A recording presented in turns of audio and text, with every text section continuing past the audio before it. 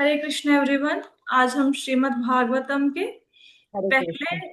हरे कृष्णा पहले कैंटो के 6वें अध्याय के 12वें श्लोक से कथा शुरू करेंगे। 11 तक श्लोक हो गए थे, तो 12वें श्लोक से कथा स्टार्ट करते हैं। तो इसमें जस्ट वन टू स्टार्ट। तो इस अध्याय में जो 6वां अध्याय है, इसमें हमने अब तक पढ़ा कि इससे पिछले वाले अध्याय में क्या हुआ। व्यास देव जी ने नारद मुनि को पूछा कि मैं असंतुष्ट क्यों हूँ, इतने ग्रंथों की रचना करने के बाद भी, इतने साहित्य को लिखने के बाद भी असंतुष्ट क्यों हूँ। तो व्यास देव जी को नारद मुनि ने बताया कि आपने भगवान की लीलाओं से संबंधित कोई ग्रंथ की रचना नहीं करी, जिसमें सिर्फ और सिर्फ भगवान की लीलाएं हों, उनके भक्तों की कथाएं हों, उनके अवतारों की कथाएं हों। तो इसलिए आप असंतुष्ट हो, और व्यास देव जी को प्रेरित किया ग्रंथ को लिखने के लिए। फिर नारद मुनि ने उनको बताया कि मेरे ऊपर भी भगवान की कृपा हुई, मैं तो दासी पुत्र था, भगवान ने देखो मुझे कितनी ऊंची पोजीशन पे पहुंचा दिया। वो नारद मुनि जो तीनों लोकों में भ्रमण कर सकते हैं, आध्यात्मिक शरीर जिनको प्राप्त है, तो उन्होंने अपनी कथा सुनाई कि वो दासी के पुत्र थे और एक ब्राह्मण की पाठशाला में रहते थे। उनके यहाँ पे चातुर्मास में कुछ संत जन आए, उन्होंने उनका जूठन खाया, उनसे कथा का श्रवण किया, उनको आध्यात्मिक ज्ञान हुआ उसके द्वारा। और फिर जब वो चले गए संत महात्मा, तो एक दिन उनकी माता दूध दुहने के लिए गई जंगल में, और उनको सर्प ने काट लिया। तो नारद मुनि ने इसको भी भगवान की कृपा ही माना, क्योंकि भगवान कृष्ण जब किसी को अपना बहुत अधिक, किसी के ऊपर बहुत अधिक कृपा करते हैं, तो समझो कि आपकी भौतिक आसक्ति को खत्म करना शुरू कर देते हैं। जैसे कि नारद मुनि को ऑब्वियसली हर बच्चे को अपनी माता से प्रेम होता है, तो नारद मुनि की भगवान ने ये वाली आसक्ति भी खत्म कर दी। उनका एकमात्र आश्रय जो था वो उनकी माता, उनको भी भगवान ने ले लिया, ताकि नारद मुनि पूरी तरह से उन्हीं के ऊपर आश्रित हो जाएं। अगर भगवान की किसी के ऊपर कृपा हुई है, सपोज जैसे ऐसे होता है ना, हमारे जैसे बच्चा आया, बच्चा बार बार क्या कहता है, मम्मा कैंडी दे दो, कैंडी दे दो। तो माँ कोई काम कर रही है जरूरी, तो फिर बच्चे को क्या करेगी, कुछ भी हाथ में कैंडी थमाएगी कि तू जा, मेरा पीछा छोड़, ये ले कैंडी, भाग यहाँ से। ऐसा होता है ना जब हम कोई इंपॉर्टेंट काम कर रहे होते हैं। तो भगवान देखते हैं कि जब कोई भक्त उनके पीछे पड़ गया है, तो भगवान कहते हैं कि ऐसा करो, कोई ना कोई भौतिक जो तुम्हारी कामनाएं हैं उनको पूरी कर देता हूँ, वो सारी भौतिक चीजें लो और मेरा पीछा छोड़ो। भगवान अपनी शुद्ध भक्ति किसी को नहीं देते हैं। तो अगर आप आर्थिक तौर पर अधिक संपन्न हो रहे हैं, तो इसका मतलब पूरी कृपा नहीं हुई है भगवान की, ठीक है। या फिर आर्थिक तौर पर संपन्न होने के बाद क्या करना, दान करना। ठीक है, ये ना हो कि अपनी इंद्रिय तृप्ति में लग जाओ आर्थिक तौर पर संपन्न होने पे। तो भगवान जिसके ऊपर कृपा करते हैं, भगवान उनके सारे सहारे खत्म कर देते हैं, ताकि भगवान ही उनका एकमात्र सहारा बचे। तो नारद मुनि जी की माता चल बसी, और नारद मुनि उत्तर दिशा की ओर चल पड़े। तो उन्होंने बहुत सारे रास्ते में शहरों को, गांवों को, खेत खलियानों को देखा, जंगलों को देखा। और आयु कितनी है नारद मुनि की, सिर्फ 5 वर्ष की। और बहुत बड़ी बात है इतनी छोटी उम्र में, जब बच्चा माँ के बिना घर से पैर भी बाहर नहीं रखता, उसको डर लगता है, नारद मुनि अकेले जंगलों घाटियों में कहाँ कहाँ चले गए हैं। तो यहां तक हम लोगों ने कथा की थी। उसके बाद 12वें श्लोक से आज कथा शुरू करते हैं। ये श्लोक है, चित्र धातु विचित्रादीर् इव भग्न भुज द्रुमान् जलश्चयान् शिव जलान् नलिनी सुर सेविता चित्र स्वने पथे पत्र रथेर विभ्रमद भ्रमर्षियः। इसमें कहा गया है, मैं सोने चांदी तथा तांबे जैसी विविध खनिजों के अगारों से परिपूर्ण पर्वतों तथा सुंदर कमलों से पूर्ण जलाशयों से युक्त भूभागों को पार करता रहा, जो स्वर्ग के निवासियों के लिए उपयुक्त थे और मदांध भोरों तथा चहचहाते पक्षियों से सुशोभित थे। अब नारद मुनि जा रहे हैं, तो उनको रास्ते में बहुत सारे मेटल्स की जो माइंस होती हैं, खाने होती हैं, वो भी उन्होंने देखी, सोने की, चांदी की, तांबे की। लेकिन उन्होंने ये नहीं सोचा कि देखो यहाँ से मैं कुछ इकट्ठा कर लेता हूँ अपने लिए। वो भौतिकता में नहीं फंसे, वो उनको पार करते चले गए। रास्ते में बहुत सुंदर सुंदर पहाड़ आए, और उन पहाड़ों के बीच में बहुत सुंदर दृश्य थे। जैसे तालाब था, उसके बीच में कमल खिले हुए थे। ऐसे सुंदर सुंदर दृश्य नारद मुनि को देखने के लिए मिले, जिनसे स्वर्ग के देवता भी मोहित हो जाएं। और वहां पर चहचहाते हुए पक्षी थे, लेकिन नारद मुनि जी उन प्राकृतिक दृश्यों को देखकर उनके ऊपर मोहित नहीं हुए, और वो अपना चलते चले गए। जैसे हम पहाड़ों में जाते हैं, बहुत अच्छा मौसम होता है, तो हमारा मन करता है हम हिल स्टेशन पे कुछ दिन और बिता लें, है ना। तो हम उस चीज के प्रति आकर्षित हो जाते हैं। लेकिन नारद मुनि ने सब कुछ देखा, इवन सोने की खाने भी देखी, सुंदर सुंदर प्राकृतिक दृश्यों को भी देखा, लेकिन वो रुके नहीं और चलते गए। आगे कहते हैं, नलवेणु शरतंबा कुशकीचकः ग्वरम् एक अयवाति यतोऽहं द्राक्षं विपणं महत् घोरं प्रति भयाकारं व्यालोलुक शिवाजिरम। यहाँ पे कहते हैं, तब मैं अनेक जंगलों में से होता गया, जो नरकटों, बांसों, सरकंडों, कुशों, खरपतवारों तथा गुफाओं से परिपूर्ण थे, जिनसे अकेले निकल पाना कठिन था।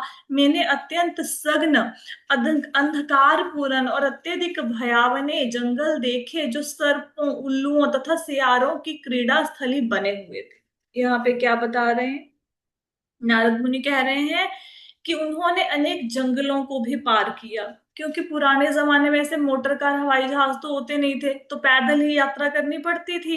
तो उत्तर दिशा की तरफ चले जा रहे हैं, पता नहीं कहाँ जाना है, मतलब जस्ट मूव कर रहे हैं, ठीक है। और कुछ खाया पिया भी नहीं है, ऐसा नहीं कि अब जैसे कल ग्रहण था, है ना, तो हम लोगों को शायद थोड़ी देर का भी वो फास्टिंग करना मुश्किल लग रहा था, या फिर हम मतलब कई बार ऐसा होता है कि बहुत अच्छे से खा लो ताकि बाद में भूख ना लगे। तो हम लोग इतने बड़े हो गए हैं, फिर भी भोजन के प्रति कितना आकर्षण है हमारा। लेकिन वो छोटे बालक है नारद मुनि, 5 साल के, और भूखे प्यासे हैं, फिर भी चलते जा रहे हैं। अब वो कहाँ से निकले, जंगलों से होके निकले। और जंगल में बड़े बड़े बांस थे, नुकीली घास थी वहां पे, जहां से मतलब बंदे के शरीर कट सकता है जिसके लगने से। कुश थी वहां पे, खरपतवार मतलब जो अननेसेसरी पौधे उग जाते हैं वो थे, गुफाएं थी वहां पे। और वो इतने भयानक जंगल थे कि वहां पे इवन सूर्य की रोशनी भी नहीं दिखाई पड़ती थी, पूरे अंधकार पूर्ण जंगल। और वहां पे एक तो अंधेरा है, और अंधेरे के साथ साथ वहां पे सांप है, उल्लू है, सियार है। तो वो सब है, सब जीव जंतु वहां पे, जो कि नारद मुनि को हानि भी पहुंचा सकते थे। बच्चे थे छोटे, उनके ऊपर आक्रमण कर सकते थे, लेकिन नारद मुनि फिर भी चलते गए, छोटे बालक होने के बावजूद भी। तो जो सन्यासी होते हैं, उनको भगवान के नाम के प्रचार के लिए इन सब संकटों का सामना करना चाहिए। प्रभुपाद जी लिखते हैं, जैसे चैतन्य महाप्रभु जब उन्होंने सन्यास लिया, तो जो वो मध्य भारत के जंगलों से निकले, तो वहां पे शेर, भालू, सांप, हिरन, हाथी सब थे। लेकिन चैतन्य महाप्रभु हरि नाम का संकीर्तन करते हुए जा रहे थे, तो जंगल के सारे पशु पक्षियों ने उनका साथ दिया, से मतलब हरि नाम के संकीर्तन में। लेकिन कलयुग में तो सन्यास किसी को लेना ही नहीं चाहिए, क्योंकि अपनी इंद्रियों को वश में रखना हर एक के बस की बात नहीं है। सिर्फ भगवा चोला डालने से कोई सन्यासी नहीं हो जाता, उसको सन्यासी के नियमों का भी करना पड़ता है। तो चैतन्य महाप्रभु ने तो मतलब वो तो भगवान का अवतार थे, उनमें इतनी पावर थी कि उन्होंने सब लोगों को भक्त बना लिया।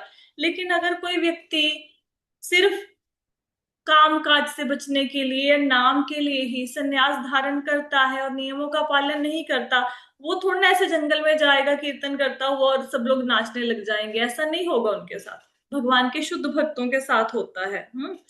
लेकिन प्रभुपाद जी लिखते हैं अपने तात्पर्यों में कि इस कलयुग के जीवन में, ठीक है, अगर कोई व्यक्ति संन्यास ग्रहण करता है तो उसे क्या करना चाहिए? जैसे हमारे षड गोस्वामी हैं, उन्होंने क्या किया, वृंदावन में रहकर ग्रंथों का ग्रंथ लिखे, ग्रंथों को संकलित किया। तो उसी प्रकार सन्यासी को ऐसे स्थान पर निवास करके, पवित्र स्थान पर ग्रंथों को लिखना चाहिए और आने वाली पीढ़ियों के लिए वो ग्रंथ छोड़कर जाने चाहिए, ताकि आने वाली पीढ़ियां उससे लाभ उठा सके। अगर प्रभुपाद जी ने हमारे लिए भगवत गीता के अनुवाद ना लिखे होते, भागवतम के अनुवाद ना लिखे होते, तो आज हम क्या पढ़ते? कुछ भी नहीं। या फिर हम लोग अगर भागवतम पढ़ते भी तो गहराई में जाकर इतना समझने का प्रयास ना करते। जैसे ये होता कि ग्रंथ शुरू कर लिया, बस अब इसको कंप्लीट करना है, समझ आया नहीं आया कोई फर्क नहीं पड़ता, जीवन पर कोई उसका प्रभाव पड़ा नहीं पड़ा कोई फर्क नहीं पड़ता, है ना। तो प्रभुपाद जी ने रातों को जाग जाग के इन ग्रंथों को लिखा है। तो हमारी सब लोगों की एक रिस्पॉन्सिबिलिटी है कि अगर प्रभुपाद जी 70 साल की उम्र में इन ग्रंथों को लिख सकते हैं, तो हमारी तो उम्र उनसे बहुत कम है, हम निद्रा में बैठे हुए हैं, आराम से सो रहे हैं, है ना। तो हमें इस आलस्य को त्यागना चाहिए और प्रभुपाद जी के ग्रंथों को पढ़ना चाहिए, क्योंकि वो शुद्ध भक्त, प्रभुपाद जी शुद्ध भक्त हैं, उन्होंने ग्रंथों का अनुवाद किया है, तो उनके अनुवादों को पढ़कर हम इससे लाभ ले सकते हैं, राइट। तो अब नारद मुनि चले जा रहे हैं इतने भयंकर जंगलों में से। आगे क्या हुआ? परिशान परिश्रांतेन्द्रियात्मा हम त्रिड प्रीतो बुभुक्षितः स्नात्वा पीत्वा हृदय नद्या उपस्पृष्टो गतष्टमः। इसमें कहते हैं, इस प्रकार विचरण करते हुए मैं तन तथा मन से थक गया और प्यासा तथा भूखा भी था, अतएव मैंने एक सरोवर में स्नान किया और जल भी पिया, जल स्पर्श से मेरी थकान जाती रही। तो यहाँ पे प्रभुपाद जी लिखते हैं तात्पर्य में कि जो परिव्राजक होते हैं, परिव्राजक कौन होते हैं? अब आप सबको पता होना चाहिए, परिव्राजक कौन होते हैं, याद है? जो माता जी घूम घूम के पहले प्रचार करते हैं। घूम घूम कर प्रचार करते हैं। तो सन्यास की 4 कैटेगरीज होती हैं: कुटीचक, बहुदक, परिव्राजक और परमहंस। कुटीचक में क्या होता है कि व्यक्ति अपने गांव में रहेगा, गांव के बाहर कुटिया बना के सन्यासी रहेंगे, और सन्यासी की जो जरूरतें हैं वो उसके घर वाले पूरी करेंगे, जो भी उसकी आवश्यकताएं हैं भोजन इत्यादि की। तो वो कुटीचक होते हैं कि कुटिया बना के रहना है, घर से दूर, जंग मतलब उसी गांव में जहां पे उन्होंने संन्यास लिया है। बहुदक में होता है कि अपने घर से अपनी आवश्यकताएं पूरी नहीं कर सकते, फिर वो भिक्षाटन करेंगे, घर घर जाके भिक्षा मांगेंगे, उससे अपना जीवन यापन करेंगे, जो मिनिमम जरूरतें हैं जीवन के लिए। फिर परिव्राजक होते हैं, परिव्राजक होते हैं जो भगवान के नाम के प्रचार के लिए जगह जगह पे घूम घूम कर प्रचार करते हैं। आप देखते होंगे, आप अपने गुरु महाराज जी को देखते होंगे कि वो एक जगह पे टिक के नहीं बैठते, एक जगह पे प्रचार किया, कथा करी, फिर अगले दिन किसी और शहर में, किसी और शहर में, और उनका इतना ज्यादा शेड्यूल बिजी होता है। जिनके भी गुरु महाराज जी हैं, मेरे को इस्कॉन का तो पता ही है, खैर, मतलब आज वो लुधियाना में है, 2 दिन बाद आपको बॉम्बे में मिलेंगे, फिर बॉम्बे से फिर वो दिल्ली में मिलेंगे, तो ऐसे इतनी दूर दूर भ्रमण करते हैं, फिर अब्रॉड चले जाएंगे, वहां प्रचार करेंगे, क्योंकि ये सब कौन है? परिव्राजक हैं, ये घूम घूम कर प्रचार करते हैं। फिर परमहंस की अवस्था आती है, उसमें व्यक्ति, सन्यासी ने प्रचार किया खूब, अब वो एक स्थान पर क्षेत्र संन्यास ले लेते हैं। क्षेत्र संन्यास का मतलब होता है कि इस जगह से निकल के बाहर नहीं जाना, एक जगह पे रहते हैं, फिर वहां पे जाके प्रचार मतलब अपना ध्यान करते हैं, भजन करते हैं। तो ये 4 कैटेगरीज हैं, ठीक है। तो यहाँ पे प्रभुपाद जी लिखते हैं कि जो परिव्राजक होते हैं उनको, देखो, भिक्षा कौन मांगेंगे? जो कि बहुदक हैं, बहुदक भिक्षा मांगेंगे, सन्यासी की बहुदक कैटेगरी। लेकिन जो परिव्राजक हैं उनको भिक्षा नहीं मांगनी है, वो अपने शरीर की आवश्यकताएं कहाँ से पूरी करते हैं? नेचर ने जो गिफ्ट दिए हैं, जो हमारे नेचर ने हमें फ्रूट्स दिए हैं, वेजिटेबल्स दी हैं, तो नेचुरल चीजों के ऊपर वो अपनी भूख प्यास को मिटाने के लिए डिपेंडेंट रहते हैं, किसी से भिक्षा नहीं मांगते, ठीक है। और अगर कभी कोई साधु किसी के घर भिक्षा मांगने जाता है, तो उसका उद्देश्य भिक्षा मांगना नहीं होना चाहिए, उसका उद्देश्य होना चाहिए कि मैंने इस गृहस्थी के घर को पवित्र करना है, इसको कोई आध्यात्मिक ज्ञान प्रदान करना है, ये उद्देश्य होना चाहिए। लेकिन आजकल बहुत सारे साधु बाबा हैं जो दान दक्षिणा लेंगे, बदले में ज्ञान आपको कुछ भी नहीं देंगे, तो वो अपने सिर पर भार चढ़ा रहे हैं। तो अगर किसी से कुछ भिक्षा ली है तो बदले में आध्यात्मिक ज्ञान देना है, जैसे सुखदेव गोस्वामी करते थे। गोस्वामी क्या करते थे, किसी घर पे आधा घंटे से ज्यादा रुकते नहीं थे, लेकिन उस घर को पवित्र करने के लिए वहां पे उन लोगों को, गृहस्थी लोगों को भगवान के बारे में बताने के लिए उस घर में आधा घंटा रुकते थे। सिर्फ ऐसा नहीं कि भूख मिटाने के लिए रुकते थे। राइट। इसके बाद है तस्मिन् तस्मिन् निर्मनुजे अरण्ये पिपलोत्थ आश्रितः आत्माना आत्म आत्मना आत्मनात्मात्म स्थम यथा श्रुतमचिन्तयम्। इसमें कहते हैं, उसके बाद उस वीरान जंगल में एक पीपल वृक्ष की छाया में बैठकर मैं अपने बुद्धि से अपने अंतःकरण में स्थित परमात्मा का वैसे ही ध्यान करने लगा जिस प्रकार मैंने मुक्त आत्माओं से सीखा था।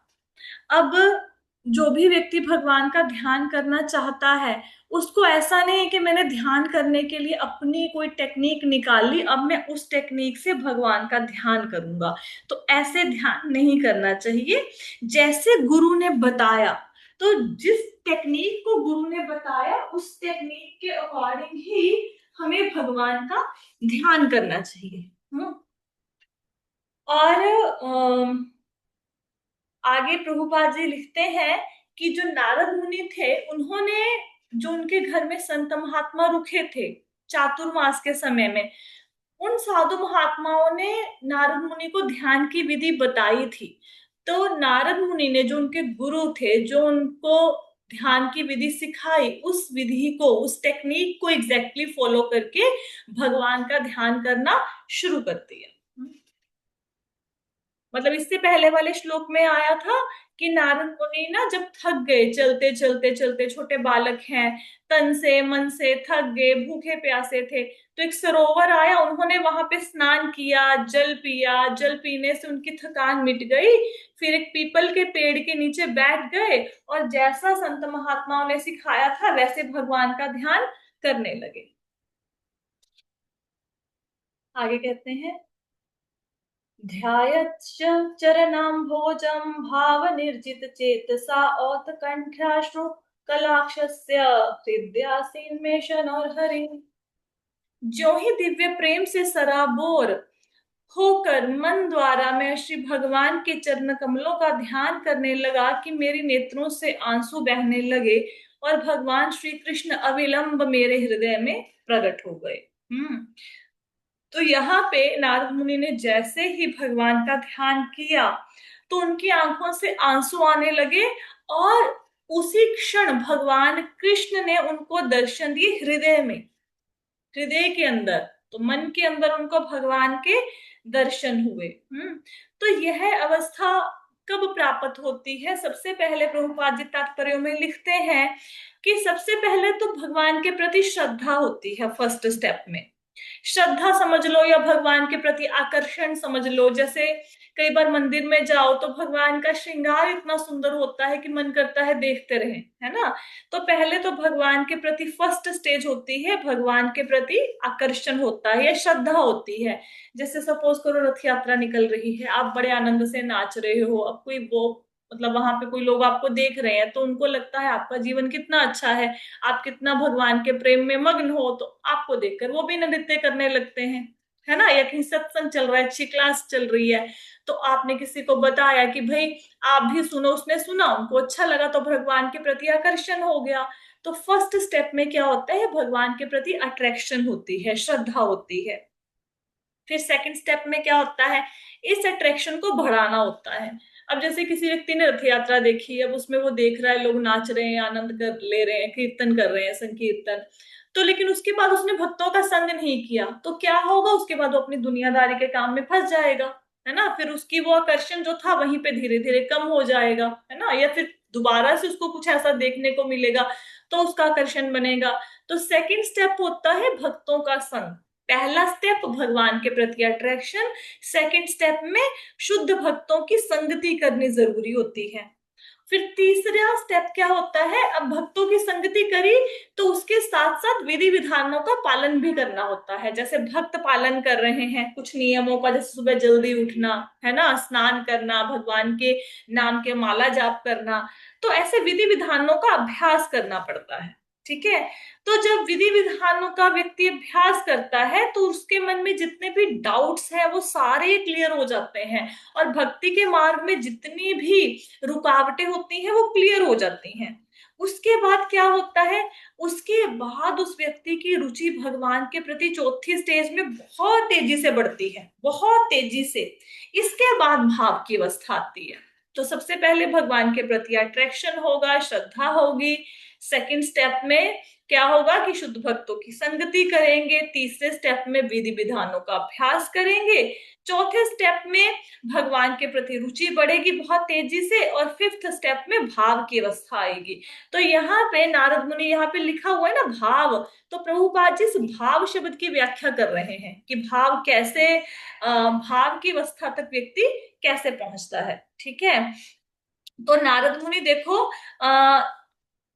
नारद मुनि ने इवन घर छोड़ने से पहले भाव की अवस्था प्राप्त कर ली थी। एक तो वो छोटे बालक थे, छोटे बालक का मन सरल होता है, दूसरा गुरु प्रमाणिक थे उनके, तीसरा उनके भगवान के प्रति आकर्षण हो गया, 4 महीने कथा सुनते सुनते, है ना। तो उनकी भाव की दशा पर नारद मुनि आ गए, और अब जब भगवान कृष्ण का ध्यान किया तो इमीडिएटली उनके हृदय में भगवान कृष्ण प्रकट हो गए। अब हम लोग सोचेंगे हम भी भगवान का ध्यान करते हैं, हमारे हृदय में तो ऐसे प्रकट नहीं होते। तो देखो, पहली बात तो गुरु ने जो मार्ग दिखाया है, जो टेक्निक बताई है भगवान का ध्यान करने की, भगवान का जो भी मंत्र बताया, आपको मंत्र दिया, गुरु मंत्र दिया, उसका आपको पाठ करना है। जो भगवान जैसे गुरु ने बताया उसको एग्जैक्टली फॉलो करना है। और फिर हमारे हृदय के अंदर भौतिक कलमश नहीं होने चाहिए, तभी तो भगवान के दर्शन होंगे ना। अब वो नारद मुनि छोटे बालक हैं, उनके हृदय में तो छल कपट झूठ बेईमानी कुछ नहीं है। अब हमारे हृदय में इतना सारा कुछ भरा पड़ा है, तो इसलिए हमें भगवान के दर्शन नहीं हो पाते। धीरे धीरे धीरे धीरे स्टेज आएगी जब हृदय में भगवान के दर्शन होंगे, लेकिन उसके लिए जो भौतिक कलमश है इनसे मुक्त होना जरूरी है। आगे कहते हैं,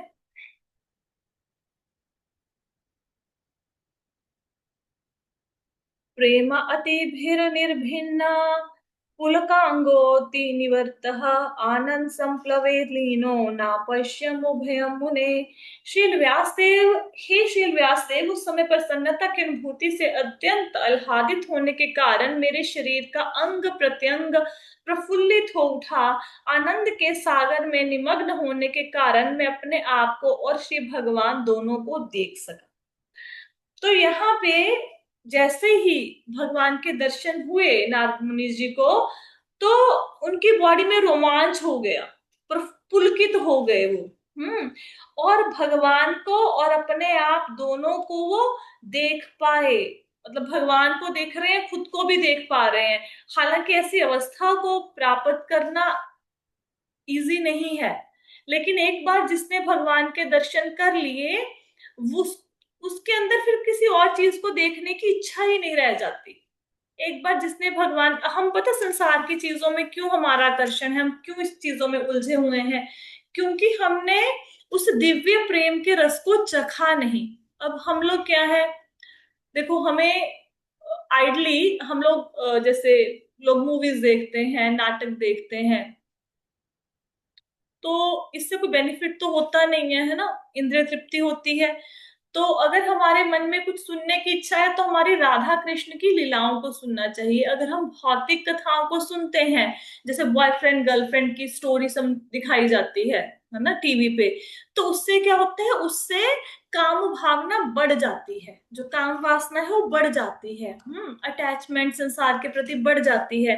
लेकिन जब हम राधा कृष्ण की लीलाओं को सुनते हैं तो उसका प्रभाव बिल्कुल विपरीत होता है, हमारा भौतिक आकर्षण खत्म होना शुरू हो जाता है। ये भगवान की लीलाओं में से मिलने वाला सबसे बड़ा लाभ है। लेकिन प्रॉब्लम ये है, क्योंकि हम जैसे होता है ना कि कुएं के मेंढक है, कुएं से बाहर कभी निकले ही नहीं। अब हमने पूरी जिंदगी सिर्फ इस भौतिक जगत में रहे हैं, तो कई बार हम राधा कृष्ण के प्रेम को भी संसारिक मनुष्यों के प्रेम के जैसे ले लेते हैं, और अगर हम ऐसे उनकी लीलाओं को पढ़ते हैं तो हम अपराध करते हैं। तो अगर ऐसा, अब जैसे बहुत सारे ग्रंथ हैं जिसमें स्पेशली कहा जाता है कि जब तक कोई व्यक्ति बहुत उन्नत स्टेज पे ना हो भक्ति की, है ना, तो उनको इन ग्रंथों को नहीं पढ़ना चाहिए। तो राधा कृष्ण की जो लीलाएं हैं वो बहुत दिव्य लीलाएं हैं। तो जब तक मन के अंदर हमारे ऐसे आ, मतलब संसारिक वासना टाइप का है, तो तब तक उन ग्रंथों को नहीं पढ़ना चाहिए। नहीं, उनको भी हम लोग ना गलत अर्थ लगा लेंगे उन ग्रंथों का। जो गोपियों के साथ भगवान कृष्ण का प्रेम है, जो श्रीमती राधा रानी के साथ भगवान कृष्ण का प्रेम है, वो आध्यात्मिक स्तर पे है। हम कई बार उसको भी भौतिक स्तर पर ले आते हैं। हमें ऐसा लगता है कि ये संसारिक मनुष्य के जैसे भगवान कृष्ण बिहेव कर रहे हैं, तो इसलिए बहुत सावधान होकर उनकी लीलाओं को पढ़ना है। इसीलिए प्रभुपाद जी कहते हैं, कुछ लोग क्या करते हैं, सीधे सीधे 10th कैंटो को पढ़ना शुरू कर देते हैं, जिसमें गोपियों की, भगवान कृष्ण की, राधा रानी की लीलाएं हैं। राधा रानी का नाम नहीं है, बट ऐसे रास लीला इत्यादि का वर्णन हुआ है, सीधे 10th कैंटो को पढ़ना शुरू कर देते हैं। तो अभी तक हमारा मन शुद्ध हुआ नहीं, सीधे उस कैंटो को पढ़ेंगे तो हमें लाभ प्राप्त नहीं होगा। तो धीरे धीरे पहले भक्ति में प्रगति करें, फिर राधा कृष्ण की जो निकुंज लीलाएं हैं उनको पढ़ने का, मतलब पढ़ने का साहस करें। राइट। और दूसरी बात ये जरूरी है, गुरुपाद आश्रय। तो अगर आप राधा कृष्ण की लीलाओं को पढ़ रहे हैं, बहुत बार मैंने देखा लोग बहुत ज्यादा इस बात के लिए, राधा रानी कृष्ण कृष्ण जी और राधा जी की लीलाओं को पढ़ना है, पढ़ना है। हम अभी अधिकारी नहीं हैं उन लीलाओं में प्रवेश करने के, है ना। या फिर गुरुपाद आश्रय लें, है ना, गुरु जी का आश्रय लें, अपने गुरु महाराज का, फिर पढ़ने का साहस करें। अभी इतनी उन्नत अवस्था हुई नहीं है हमारी। फिर भी भगवान की कृपा है, जो हम लोगों ने 2 ग्रंथों को, ललित माधव और विदग्ध माधव को कंप्लीट किया, जिसमें राधा कृष्ण की, देखो, अब की बार मन करता है ना कि हम लोग ये जाने कि भगवान कृष्ण ने राधा रानी को एग्जैक्टली क्या बोला, क्या डायलॉग था वो, है ना, क्या संवाद था दोनों के बीच में, ललिता सखी और भगवान कृष्ण के बीच में क्या संवाद हुआ। तो जब आप ललित माधव, विदग्ध माधव पढ़ते हैं, तो उसमें जो डायलॉग्स हैं वो एग्जैक्टली वो है, जो संवाद है राधा कृष्णा का, जो एग्जैक्टली उन्होंने बोला है वही शब्द है। उसमें कुछ भी इधर उधर नहीं है, क्योंकि रूप गोस्वामी के सामने राधा कृष्ण की लीलाएं ऐसे प्रकट होगी जैसे हमारे सामने कोई टीवी चल रहा होता है। तो जो कृष्ण जी राधा जी से कह रहे हैं वही रूप गोस्वामी लिख रहे हैं। तो अगर कभी मन में आए कि मुझे दर्शन करने हैं उन लीलाओं के, है ना, तो उन लीलाओं की एक झलक को देखना है, तो सबसे बेस्ट है you read Lalit Madhav and Vidagdha Madhav. लेकिन अब इसमें भी एक प्रॉब्लम है। प्रॉब्लम क्या है कि बहुत ही गूढ़ संस्कृत है। उसको आप अगर ट्रांसलेशन भी उसका जो है वो उससे भी कठिन है। जो हिंदी में ट्रांसलेशन है वो संस्कृत से भी ज्यादा कठिन लगता है कई बार। तो थोड़ा समझ के बहुत ध्यान पूर्वक पढ़ना पड़ेगा। और फिर भी अगर मन करे कि नहीं पढ़ना है इन लीलाओं को, तो यूट्यूब पे सारे लेक्चर्स ललित माधव और विदग्ध माधव के अपलोड हैं, आप उनको सुन सकते हैं। बहुत ही अद्भुत है, बहुत ही अद्भुत। इतनी अद्भुत हैं 2 नाटक जो लिखे हैं। माता जी, मैंने ये पूछना था, ऐसी और भी बुक्स हैं जो आपने ये 2 करवाई हैं, इनके अलावा और भी हैं? रूप गोस्वामी जी ने बहुत सारे ग्रंथ लिखे हैं, लेकिन जो ये नाटक लिखे हैं, नाटक 2 ही हैं, ललित माधव और विदग्ध माधव। ठीक है। तो क्योंकि इसमें माता जी को ना बड़ा आनंद आया था, तो मतलब यही है कि अगर मॉर्निंग क्लास में ऐसी छोटी छोटी बुक्स सुनने को मिलती ना तो मजा ही आ जाता। असंख्य असंख्य ग्रंथ हैं, असंख्य ग्रंथ, मतलब गिन भी नहीं पाएंगे, इतने इतने सारे ग्रंथ हैं। बहुत सुंदर, उज्जवल नीलामणि है, माधुर्य कदम्बिनी है, बहुत सुंदर सुंदर ग्रंथ हैं। पता नहीं अब कब ऐसा क्षण आएगा कि हम उन ग्रंथों को पढ़ सकें, उनका स्वादन कर सकें, भगवान से प्रार्थना कर सकते हैं। मतलब पता नहीं कहाँ से प्रेरणा आई कि हम इन ग्रंथों को पढ़ पाए। अदरवाइज अगर मैं देखूं तो मैं पूरे जीवन में भी शायद इन ग्रंथों को कभी ना पढ़ती। वो भगवान की कृपा है। वो कैसे कृपा हुई कि मुझे भक्ति शास्त्री के एग्जाम देने थे, तो मैं कुछ रूप गोस्वामी जी के बारे में कंटेंट, किसी क्वेश्चन के आंसर के लिए कंटेंट को देख रही थी। तो उसके लिए मैंने नेट की हेल्प ली। तो नेट में मुझे रूप गोस्वामी जी की कथा मिली। एक मैंने ना ललित माधव और विदग्ध माधव पूरा नाटक नहीं पढ़ा था, मैंने सिर्फ कुछ लाइनें पढ़ी, कुछ लाइनें, दो चार लाइनें शायद। उनको पढ़ने के बाद मेरा मन किया नहीं, मुझे तो ये ग्रंथ पढ़ने ही पढ़ने हैं। फिर उनको खरीदा। अब समझ ना आए, संस्कृत के नीचे अनुवाद था हिंदी में, हिंदी ना समझ आए, उसके लिए हिंदी की डिक्शनरी खोली, हिंदी की डिक्शनरी से भी समझ ना आए। फिर ढूंढा कि कहाँ क्या कैसे मुझे इसके अनुवाद समझ आएंगे। तो किसी ने 1983 में, नहीं नहीं 19 शायद उससे भी पहले में भी एक बुक लिखी थी इनके अनुवादों के ऊपर। बनारस के पंडित, पीएचडी पंडित थे कोई, प्रोफेसर थे शायद। तो फिर उनकी पुस्तक को ढूंढा, कहीं से वो अवेलेबल नहीं, तो किसी साइट को ढूंढा, वहां से वो पुस्तक मंगाई, तो मेरे को वो मिली थी। खैर सॉरी, शायद 400-500 रुपए की वो पुस्तक मिली थी, लेकिन उस पे लिखा जो हुआ है, उसका प्रिंट वो 3 रुपए लिखा हुआ है। और उसके पेजेस बिल्कुल येलो हो गए थे, मतलब बिल्कुल आपको ऐसे लगेगा जैसे बहुत, मतलब 70-80 ईयर्स पुरानी कोई बुक खोल रहे हो आप, ऐसे बिल्कुल ब्रांड न्यू बुक नहीं मिली थी। फिर उसको पढ़ा, फिर उसमें भी कुछ चीजें बहुत टफ थी, तो बड़ी मुश्किल से ये पूरे ललित माधव और विदग्ध माधव का अनुवाद किया गया। नेट पे भी नहीं है ये दोनों नाटक। जैसे आप देखेंगे ना, आपको भगवत गीता के बहुत सारे लेक्चर्स मिल जाएंगे, भागवतम के बहुत सारे लेक्चर्स मिल जाएंगे, लेकिन ललित माधव विदग्ध माधव लिखेंगे तो इतने लेक्चर्स अवेलेबल नहीं है। तो जरूर सुनना चाहिए जिन लोगों ने नहीं सुना। You must read it once, you must मतलब hear it once. Beautifully beautifully explained by Roop Goswami. तो बहुत बहुत सुंदर डायलॉग्स हैं दोनों के बीच में। ललिता सखी के, विशाखा सखी के बहुत सुंदर डायलॉग्स हैं, पूर्णमासी के, वृंदा देवी के, बहुत सुंदर ग्रंथ है। चलो, अभी कथा कहीं और पहुंच गई, कथा करते करते। तो नारद मुनि जी को भगवान के दर्शन हो गए और वो पुलकित हो गए भगवान के दर्शन को करने के बाद। अब आगे क्या हुआ? रूपम भगवतो यत्तन् मनः कांतं शुचापहम अपश्यन् सहसोतस्थे वैल वैकल्या वैकल्व्या दुर्मना इव। कहते श्री भगवान का दिव्य रूप स्वाभाविक रूप से मन की इच्छा को पूरा करता है और समस्त मानसिक संतापों को दूर करने वाला है। अतः उस रूप के खो जाने पर मैं व्याकुल हो उठा, जैसा कि प्राय अपनी अभीष्ट वस्तु के खो जाने पर होता है। अब नारद मुनि को एक क्षण के लिए भगवान का रूप दिखा, और फिर क्या हुआ, वो रूप भगवान का गायब हो गया, अदृश्य हो गया। तब नारद मुनि जी व्याकुल हो गए हैं, क्योंकि वो उस रूप के बार बार दर्शन करना चाहते हैं। तो जब एक झलक मिली फिर नहीं मिली, तो आप ढूंढने के लिए खड़े हुए कि कहां पर, बार बार ध्यान करने की कोशिश कर रहे हैं, बार बार सेम टेक्निक को अप्लाई कर रहे हैं कि जिस टेक्निक से पहली बार दर्शन हुए थे उसी टेक्निक को दूसरी बार अप्लाई करता हूं, दर्शन हो जाएंगे। लेकिन अब दर्शन हो नहीं पा रहे। क्यों नहीं हो पा रहे? क्योंकि भगवान अपने भक्तों पे कृपा करते हैं, अहेतुकी, बिना कारण की कृपा करते हैं। अब नारद मुनि जी के ऊपर कृपा हुई, तो कृपा के कारण उनको दर्शन हुए। अब जब भगवान की इच्छा है, वो दर्शन देना चाहेंगे देंगे, लेकिन नारद मुनि जी को उस समय उतने ही दर्शन देने थे। अब नारद मुनि जी को भगवान ने कुछ क्षणों के लिए ही दर्शन क्यों दिए, फिर भगवान अदृश्य क्यों हो गए, इसके पीछे क्या रहस्य था, ये हम कल की कथा में पढ़ेंगे।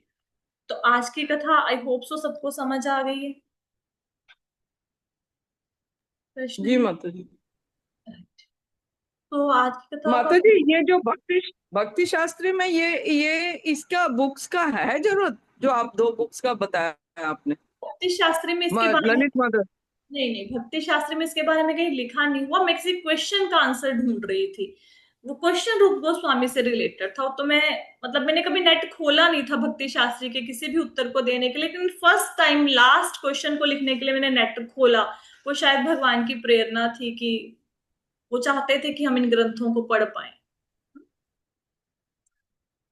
Right. So otherwise, I can send you the list of scriptures written by Rup Goswami, Sanatan Goswami, Arshad Goswami. I can send you that. Right. तो क्वेश्चन नहीं है तो आज की कथा को यहीं पे विश्राम देते हैं। हरे कृष्णा। श्रील प्रभुपाद की जय।